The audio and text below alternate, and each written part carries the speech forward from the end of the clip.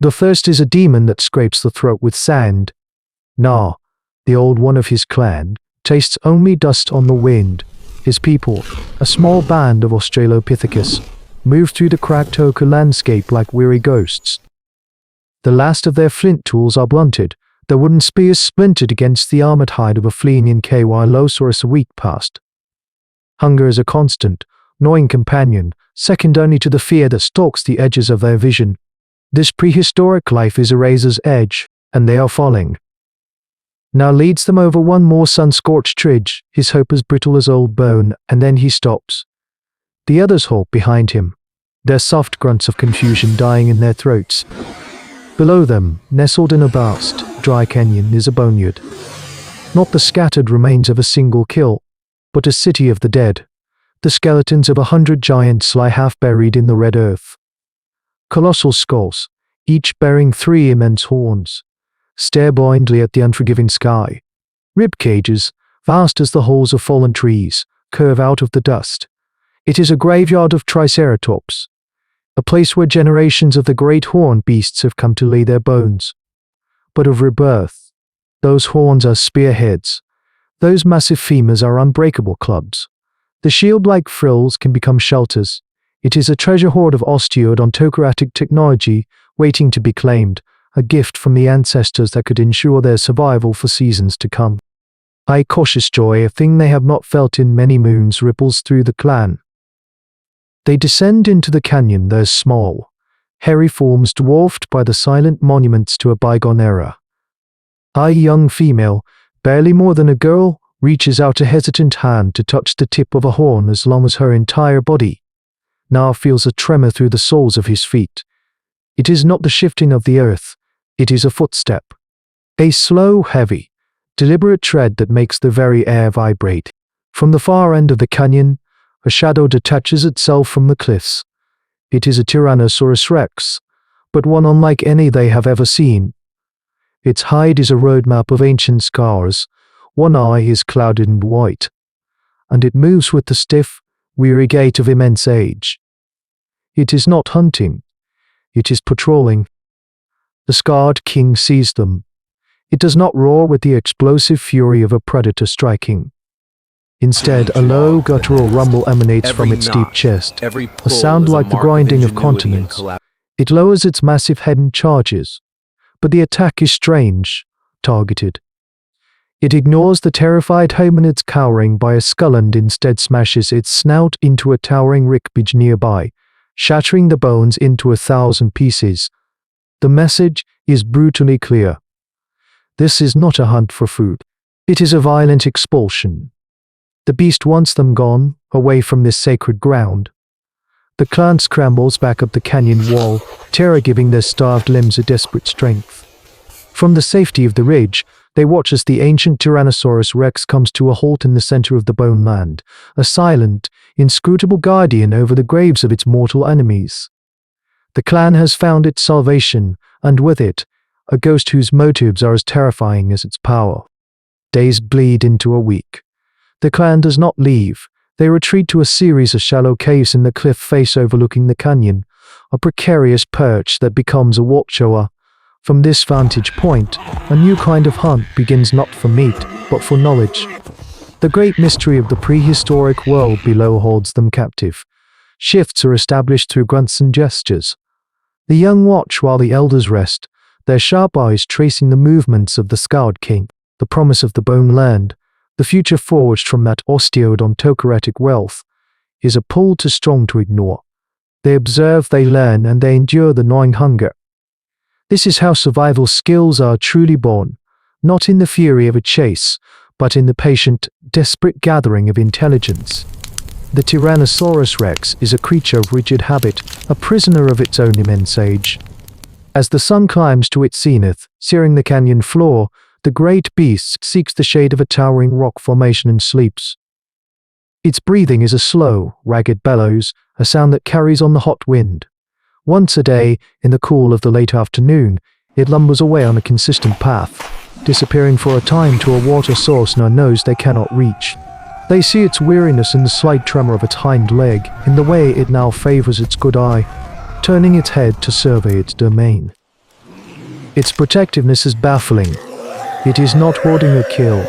Nar watches one morning as a stray gust of wind topples a horn from a precarious perch atop a skull. The ancient theropod, disturbed by the clatter, approaches with ponderous steps. It does not crush the horn. Instead, with a surprising delicacy, it nudges the massive piece of keratin with its snout, pushing it back towards the cluster of bones from which it fell. It is an act of curation, of maintenance. The hominid's exchange looks of profound confusion. This creature, the apex predator of their world, the embodiment of mindless destruction, is acting as a shepherd to the dead. This single act shifts their understanding, a pivotal moment in their hominid history. They are not just facing a predator, they are facing a purpose they cannot comprehend. This is the key. Now feels it in his marrow. The beast is old, its senses are dulled by time, and its focus is entirely on the bones themselves. A plan, daring and perhaps suicidal, begins to form in his mind. It is a gamble based on a week of observation. The Tyrannosaurus is slow to react to disturbances at the canyon's edge, especially when its attention is drawn elsewhere. He gathers the strongest of the clan. He points to the two swiftest runners, a young male and female. Then he points to the far side of the graveyard, a place of high cliffs and loose scree. A distraction. While their attention is on the noise, a small, quiet party led by Nar himself will slip in from the opposite end, grabbing only what they can carry in a single, desperate dash. It is a test of their theory, a probe into the Guardian's decaying senses.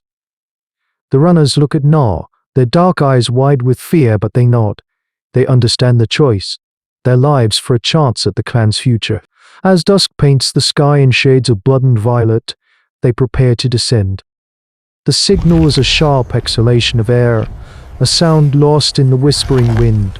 On the far side of the canyon, the two runners begin their desperate work.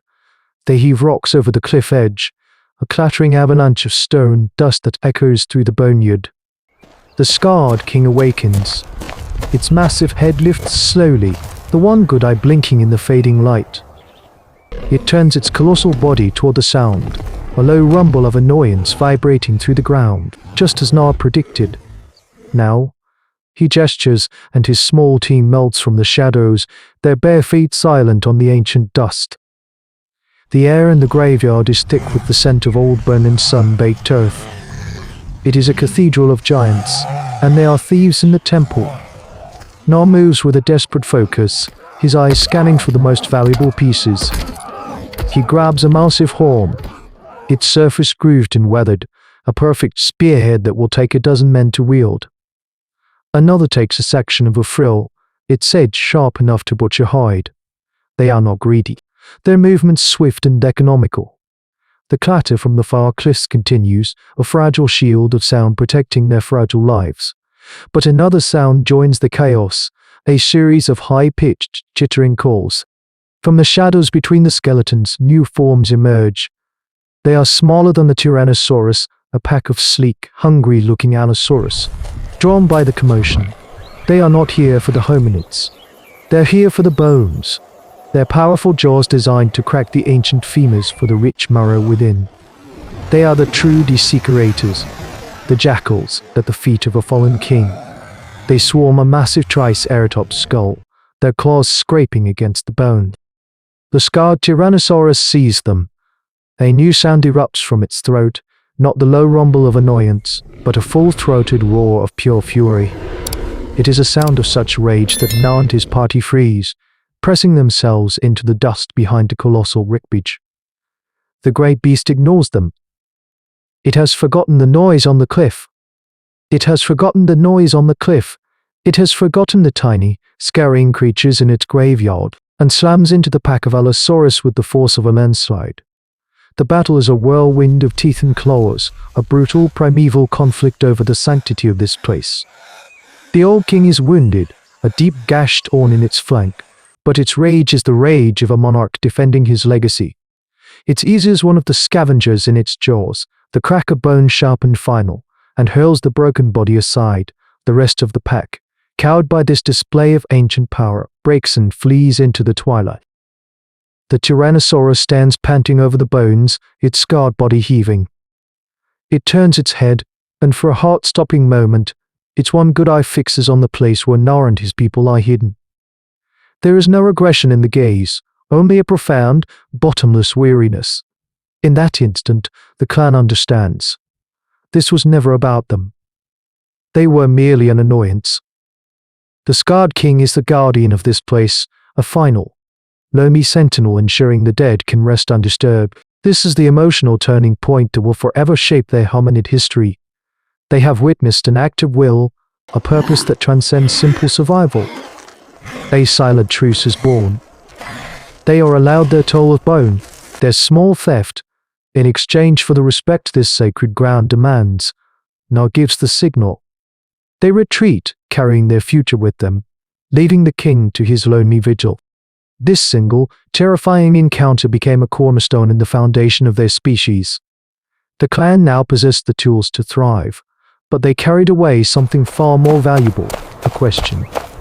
They had looked into the eye of the apex predator, the embodiment of the world's brutal indifference, and seen a flicker of something other than hunger. It was a glimpse of a motive, a purpose that resonated with their own nascent feelings of reverence and memory. This was the dawn of a new kind of intelligence, the ability to see the world not just as a source of food or danger, but as a place of mysteries. It was the moment our ancestors stopped simply reacting to the monsters around them and started trying to understand them. This shift from pure survival instinct to contemplative thought, this nascent seed of what we now call paleontology, was perhaps the single most important evolutionary leap ever taken. It was the birth of the idea that courage is not just about facing a threat, but about having the audacity to comprehend it. And so we must ask, how much of our own humanity was carved not from stone, but from the terrifying and profound act of finding a soul in the monster that was supposed to eat us? For in the deep silence of a world before words, the most powerful force is the dawning of a new understanding. But a change in the wind carries the scent of salt, and the promise of new lands across the water.